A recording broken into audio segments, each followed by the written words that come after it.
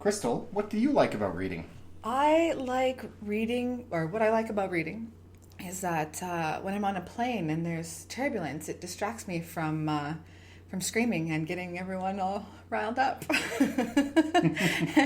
What do you like about reading, Andrew? I like reading on an airplane because it teaches me through the Sky Mall catalog that my dog needs a ramp to get up on the bed. Or you. And I don't have a dog. So it's for you. It's for me. I ruined it. Welcome to the Goldilocks and the Three Cares podcast, the podcast where we take a look at a direct published book with what's too hot, what's too cold, and what's just right. I'm Andrew. And I'm Crystal. And I'm jet lagged. Are you, Andrew? I'm a little tired. Why is that? Well, we just got back from Europe. We did. We're recording now, and it's 1 a.m., our body's time. It is. It's a little... But it's not 1 a.m. now time. No, it's not. Anyways, what did we read this week, Crystal? We read Apex Rising, which is Talker Book 1 by Tom Wright.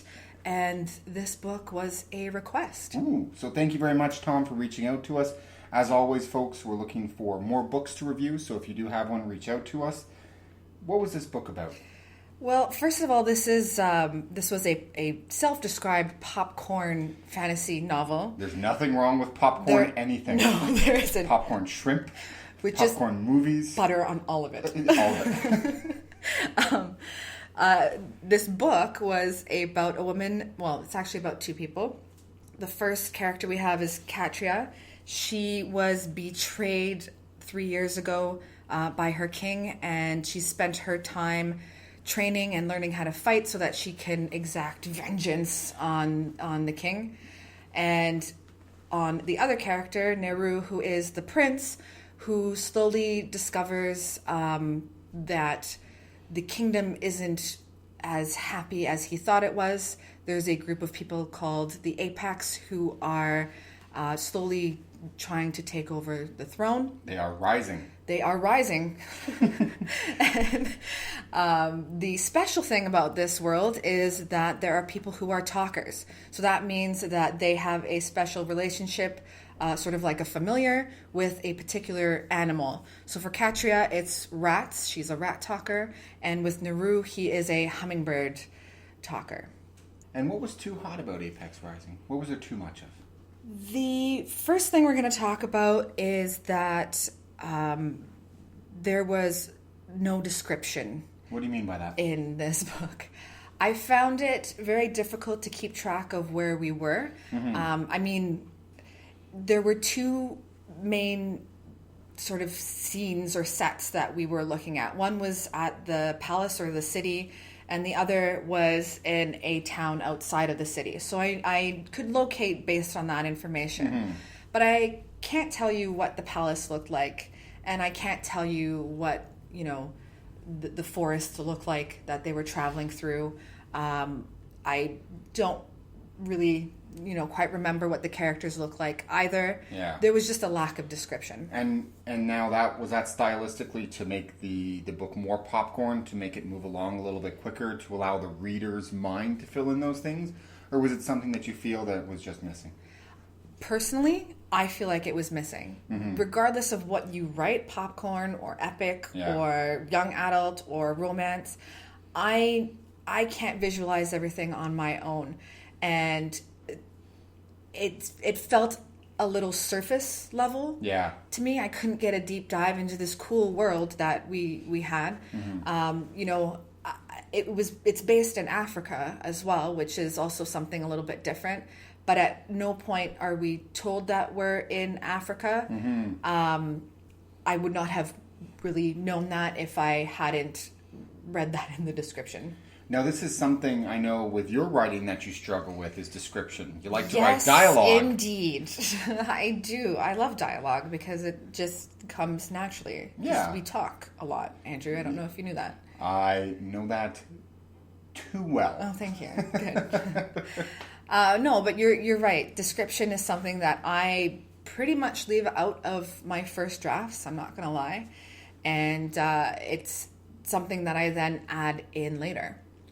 And as a writer, how do you know to circle back to a particular paragraph, to a particular piece, to know that you need to fill that in? a lot of times I rely on the reader. Yeah. I get a lot of sounding board. Yeah, I get a lot of I have no idea where we are in this room. Yeah. And if you're in a single room and you don't know sort of what's happening, that's bad.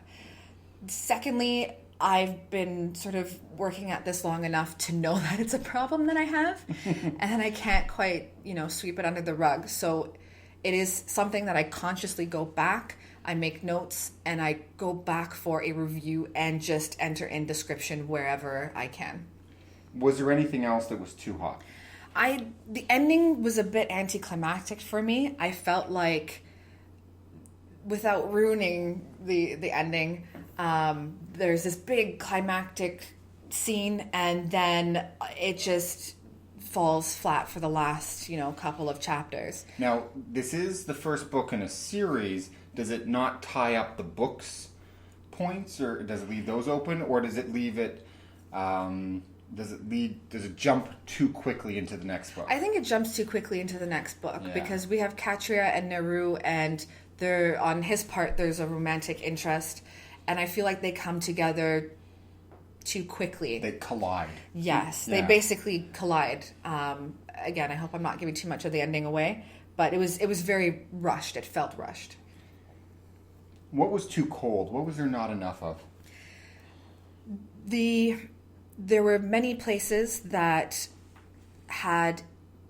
told too much rather than show. So yeah, you always say show don't tell. Right. It's a really familiar sort of saying that between writers. Because it's true. Yes. So for example, Andrew is tired. I am tired. You are tired. I'm telling you that Andrew is tired, rather than. Andrew reached for his 4th cup of coffee with caffeine-trembling hands, which happened earlier today. Wow. You're not going to sleep tonight. Not at all. Not a wink. So that's telling. Andrew rubs his eyes and suppresses a yawn. Yeah. I think I'm going to hit the sack. Who says that anymore? Nobody. Nobody says that. Golly gee willikers. No one says hit the sack, Crystal. Do you have a nickel for ice cream? I should throw in Can I paint your fence, mister? I should throw in hunky dory too. Well, Andrew's not feeling so hunky dory. Laughing time is over. Oh god. So what I meant to say was, Andrew rubs his eyes and suppresses a yawn. I think I'm going to go to bed early tonight, he said. Yeah. That's showing. Yeah. So, there was a passage in the book where Naru puts on his traveling clothes and put on a cloak as to not arouse suspicion. Well, what's special about his traveling clothes? And then we move into a courtyard. Well, what does the courtyard look like? And what's the feeling and atmosphere of the courtyard? Yeah, and when you tell somebody, when you tell the reader just goes, oh. But when you show the reader, they have kind of an aha. Like, I figured out why he's dressing this way to blend in. I figured out why he's avoiding the elephant in this particular scene. As the reader, it's a little more engaging. Right, and it's what I call a deeper dive, because otherwise it's all surface level. You're not getting the atmosphere, and again, the world was really cool. I didn't feel like I was involved. I was just literally skimming the surface. What was just right? Was just talking about this point.